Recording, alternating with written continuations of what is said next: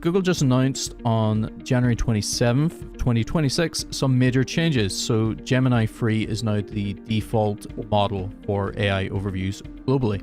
So that's it across the board.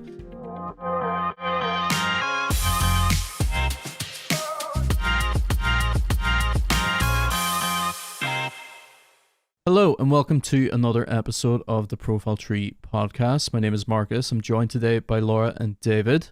And today we want to talk a little bit about some AI overview changes and updates to Gemini.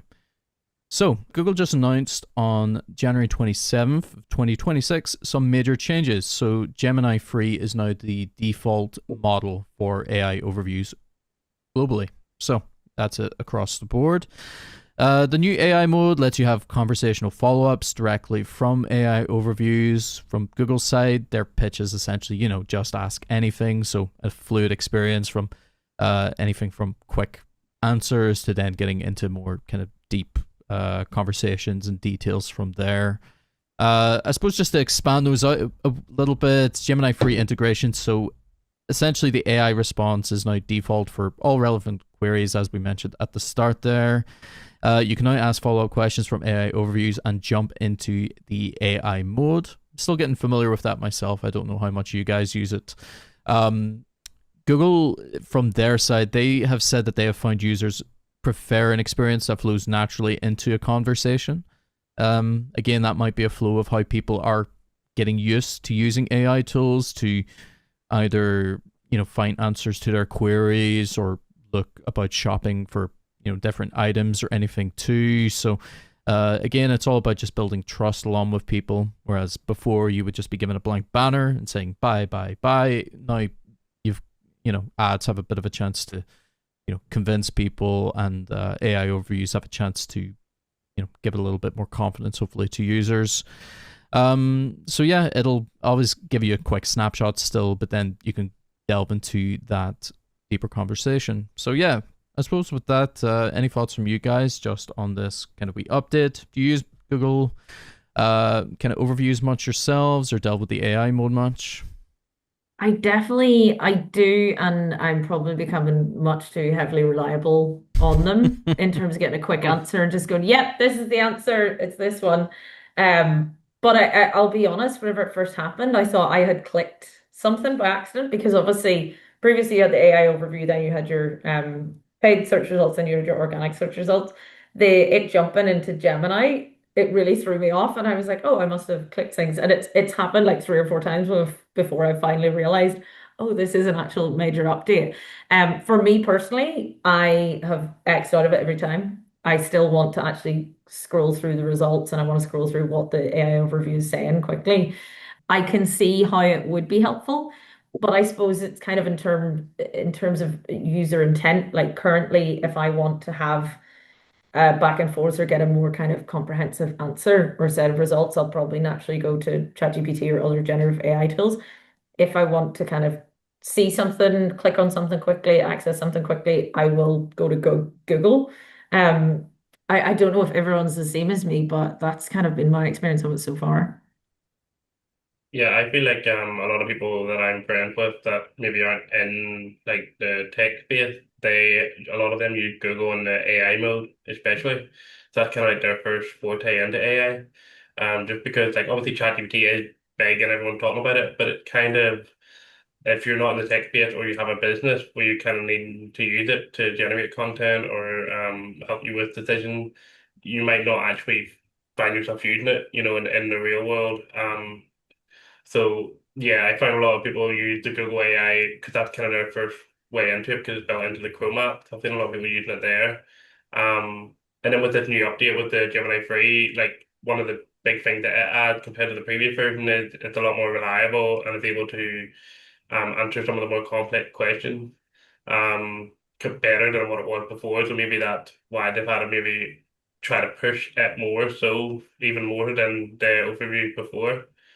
Yeah, Um, I can definitely see that. I think that's a very interesting point that you've kind of made too around the idea of essentially, for people to start using these tools. Yeah, ChatGPT has been sung its praises.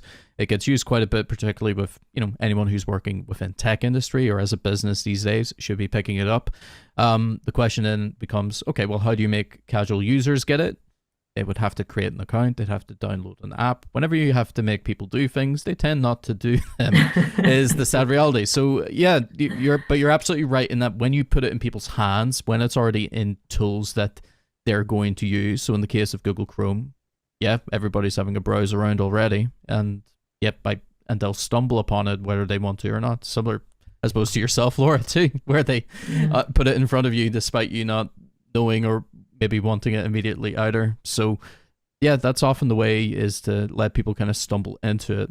And yeah, I'll be curious to kind of see how they integrate that more with, devices out of the box going into the future. I suppose as a bit of an example, I have a Google Pixel phone myself. And it's, if you hold down 2 buttons on this, you can trigger Gemini, and then at that point you can ask it any questions. You can take a photo and ask it to do things as well. So that's another kind of example of how you can get the actual hardware that you're using, have it roll out the gate with the bits and pieces that you need to use AI, and kind of make it embedded within things you already use. I know in the background, although I haven't read up too much on it, but obviously ChatGPT are working on an OpenAI. They're working on their own browser as well. So they're probably going to try and hit the same beat as Google are in that regard too. Yeah, it really is a tit for tat thing at the minute, isn't it? But I mean, in terms of this move for Google, I suppose they would have been foolish not to. You've already got the users there, they're using your product. Why not just bring it to them and take advantage of it and see how many more users we could see, a slightly more balanced number of users across some of these major AI tools with the introduction of this. Like you said, put it in people's hands and they will probably use it. But it will be interesting to see what it does. One of the things I just want to touch on was the AI overview. So they're usually triggered if you have more than 5 words in the search term. So on average, and what that kind of means is in the past when you've sort of done an organic search, you would have maybe hit that maybe that key phrase, let's say with a 5 or 6 word key phrase, that's what you would have went to go to be organic for. But now you need to think about the follow-up questions after that. So let's say the phrase was, best spot in Belfast to eat. Then you might want to have a pros and cons list as, try and think of what the follow-up questions would be, in terms of whenever you're developing the content or the structure of your website. So that kind of changed the strategy a wee bit compared to what it was before, because now you're thinking about the follow-up questions, and that's so you can get into the AI overview. Because obviously in search you want to appear in search, but then if they are pulling any sources for the AI overview, it's nice to get in there too. Because I don't know about yourself, but even when I get an AI overview, I do look at the citations and click on a few of Yeah. them as well. So just something to point out. Yeah, you're definitely right about the content strategy and the structure of the content. I suppose a good way to think of it would be, whenever you try to find a recipe online, and I'm sure most of us just click jump to recipe because you're effectively scrolling through reams and reams of information where it's what ingredients are in this? Can I freeze this?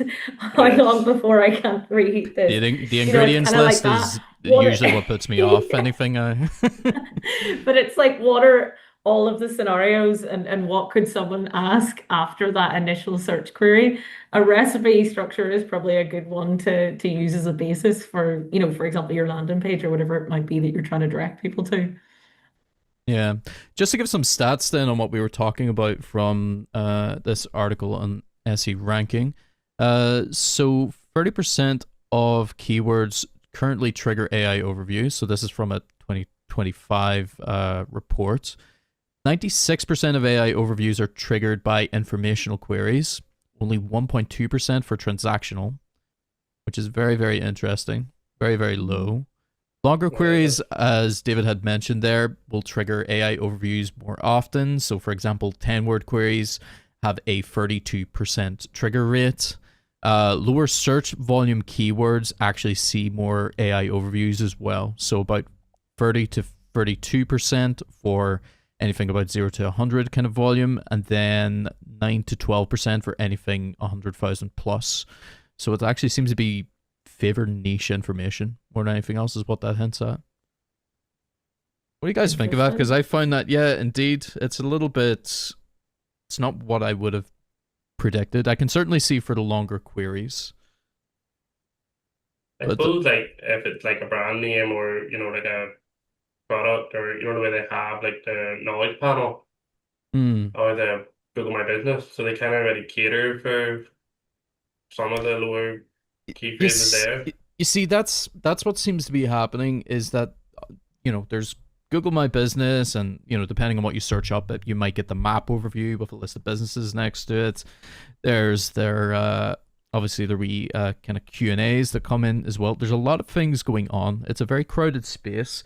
And the higher volume stuff, it seems to be, Google seems to almost go, okay, now we got that covered. We already got this. And, here's our, if we want to dub it, the more, traditional elements of what you would typically see in a Google search.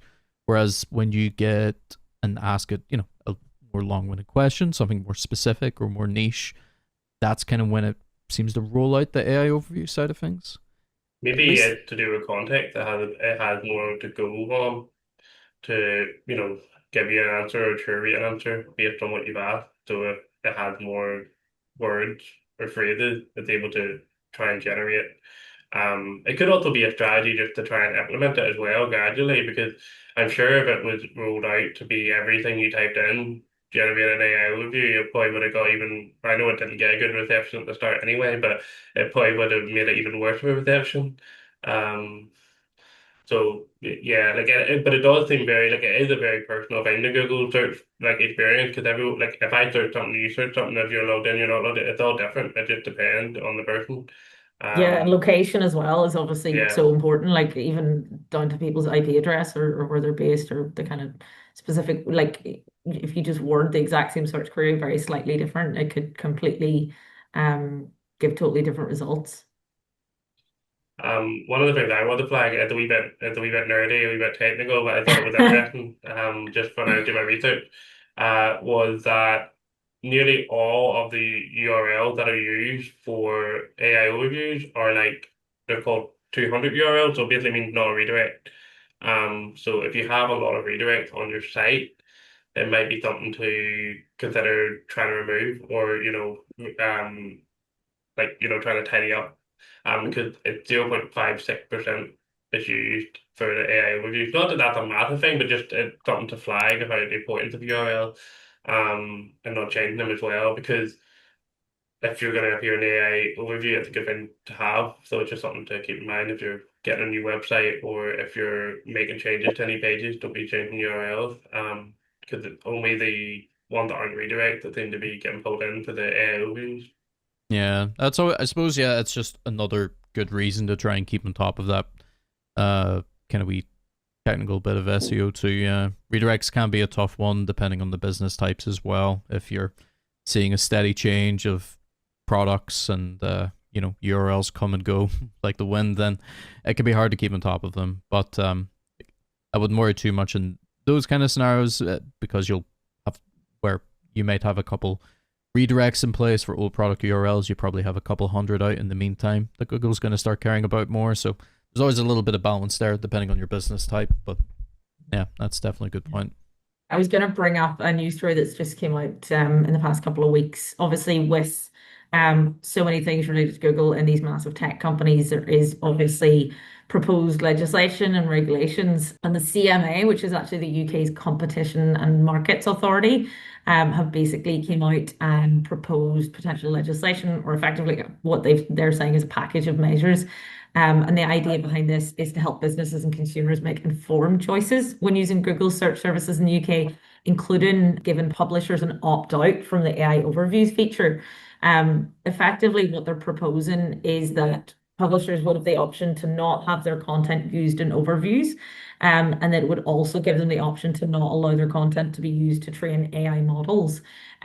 What are your thoughts? I mean, I suppose, I mean, from my perspective, in terms of why you might want to do that is, maybe content or data being misinterpreted. But any kind of specifics around that? Yeah, I mean, we have seen over the past year or two a few different conflicts obviously arise from how people are using, the information that they're kind of given. I have seen a couple different articles about different legal litigations being carried out by either authors or musicians or artists at different times for their essentially their own kind of material just being without their consent being used in different AI models being fed in, and then if anybody is either paying to use the AI model itself to carry out that conversion, or in the worst case, if they then go on to make some sort of monetary gain out of what's produced using their material as reference, then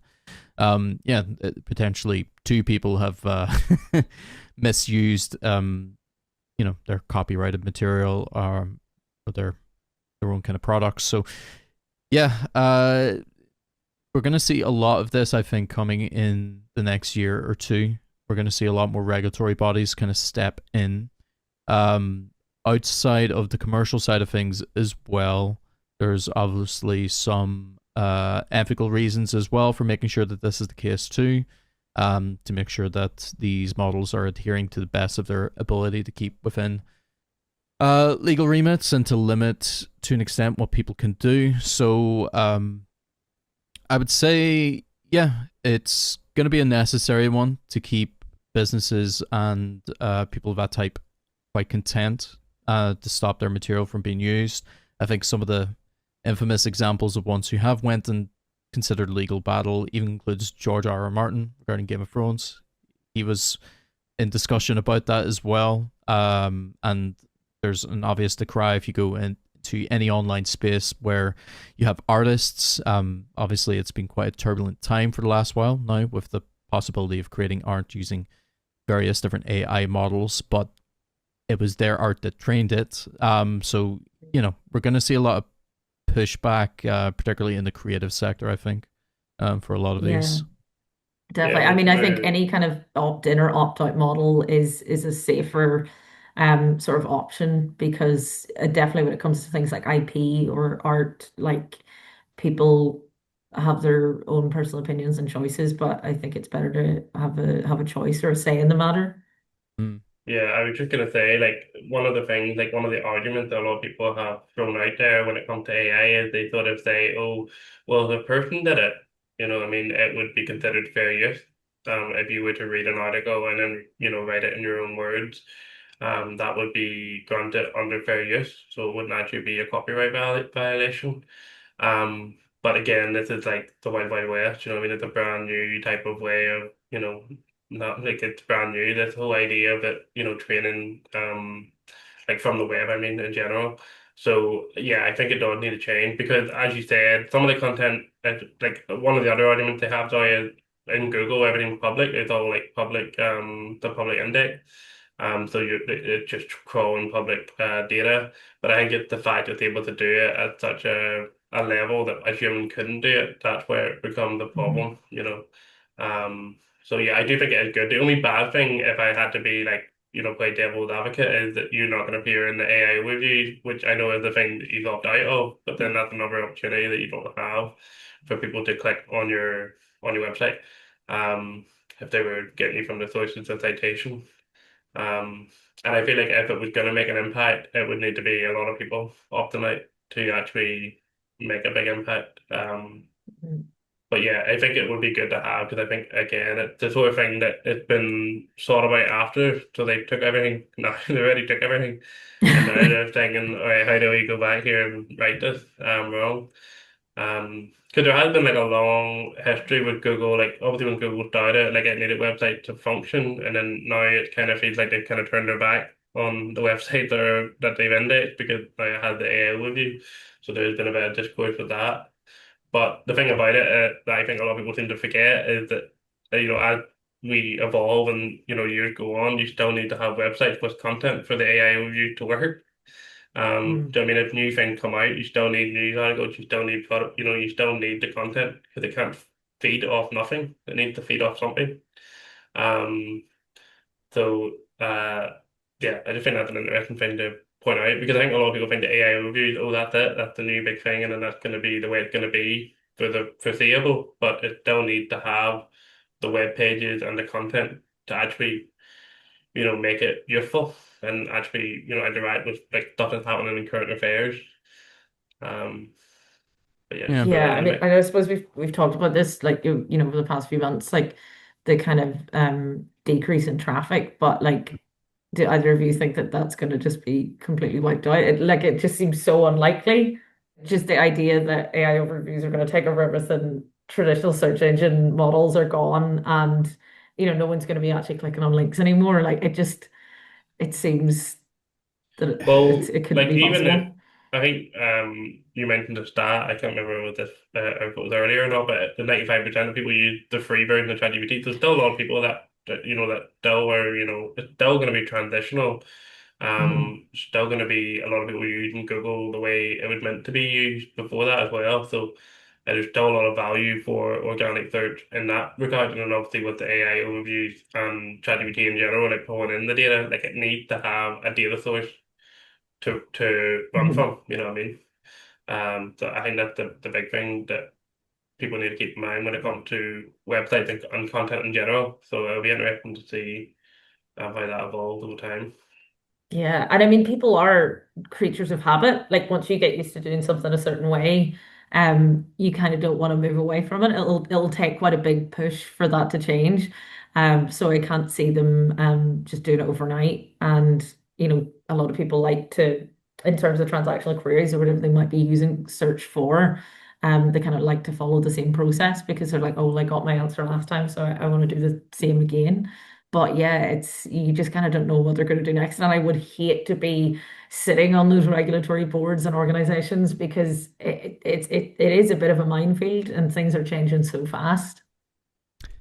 Yeah, it's Yeah, quite because I think difficult. sorry, Marcus, but I was just gonna say one of the things I thought, like the AI mode, like they don't currently have any stats for that in Google Search Console or the AI overview. So hopefully Google does bring that in. I don't know if there is any plans for it, but I think that's the biggest thing that we're going to get is going to be beneficial to see. Because at the minute, if you have a conversation in AI mode, that you don't have access to any of that data. In terms of like, the search intent. So, um, again, that would be really useful. So like, if you were able to see the follow-up question, and so on and so forth.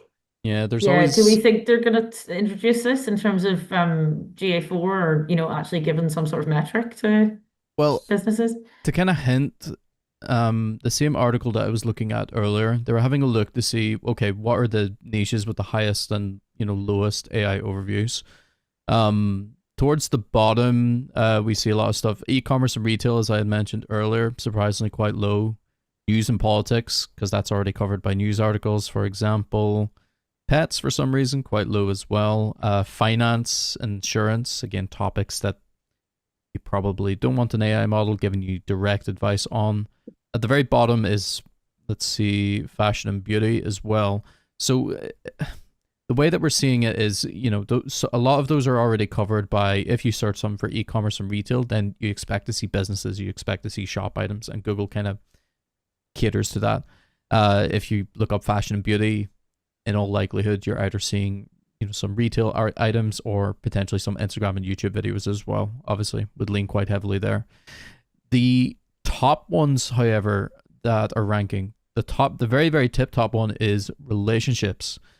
Then we got business, education, food and beverage, legal. Actually, The surprisingly, is quite high up top there. AI overview queries are in relation to relationships? That's the highest percentage niche. Yeah, so take what you will from what people Wow. may And be searching. I'm really surprised by the others that are low. One of the main things I search is like, can my dog eat this? Because so Well, often I it's quickly want an answer. If I can't the ask Alexa, I'll go to Google. well. You see, that's the thing is that it's not that people aren't searching the other things, but it's just that Google isn't triggering AI overviews for what people are searching within those kind of topics. It must think it maybe isn't 100% confident that that the algorithm or that the AI, sorry, will actually give it a definitive answer. Which is Maybe. interesting when you look back to the early days of AI overviews and some of the medical information that it was Yeah. listing. Maybe they've learned their lesson. They go, let's not even risk someone's dog. We don't want to give the wrong advice. Relationship advice is all good though, yeah.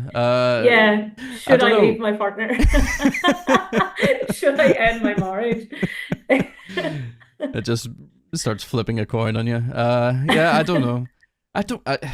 It is really really interesting. I can kind of see remnant, bits and pieces of what they're trying to do and how they're trying to cater to people. Because in the end, the AI overview is just one aspect of like everything that they kind of do, and they're looking to see, okay, well, if people are searching for this kind of thing, and they don't want this, they want this. Okay, don't give them the AI overview. Give them the product. Give them the link to this. Give them this business or that instead. I think that's what now.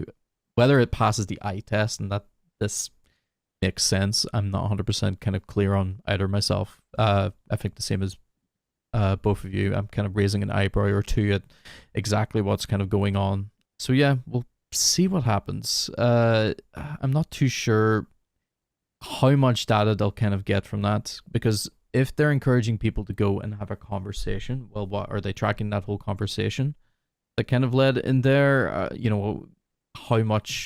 How do you really track that information? Do you just keep their entire query? I suppose people have a tendency, once they get using conversational kind of AI to reveal personal information of themselves, or to say, or they go into more long kind of form content.